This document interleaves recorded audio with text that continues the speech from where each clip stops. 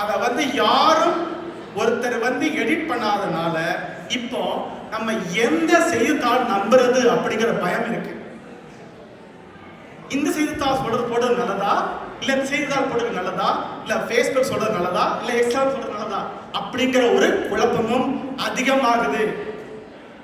செயற்கை நுண்ணறிவு அது இன்னொரு விதமான ஒரு பயத்தை உண்டாக்குது. பார்த்தீங்கன்னா இறந்தவர்களோட குரல்ல செயற்கை நுண்ணறிவு மூலமா பாடல்கள் வைக்கிறாங்க. அதே மாதிரி உங்க நம்மள மாதிரியும் பேச வைக்க முடியும். அதனால பாதிக்கப்படுறது போல யாருன்னா வயசானவங்க. இப்போ நீங்க கால் பண்ணலாம், அவங்களுக்கு உங்க அப்பா மாதிரியே உருவகம் வச்சு ஒரு வீடியோ காலே பண்ண முடியும்.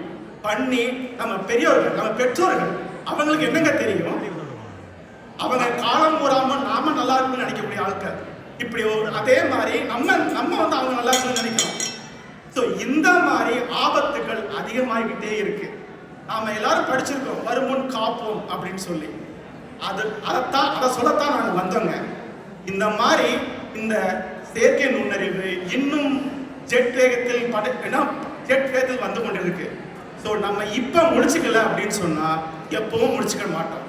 அதனால அதாவது வன்மங்கள், தரம் தாழ்ந்த விமர்சனங்கள் இப்படி அதிகமாக கொட்டி கிடக்கும் இந்த சமூக ஊடகங்கள் நமக்கு தருவது தீமையே தீமையே என்று சொல்லி என் முறையை முடிக்கிறேன். நன்றி, வணக்கம். மிக அருமை. இவரோட பேச்சில் ரொம்ப அழகாக சொன்ன விஷயம் என்னன்னா, தப்பான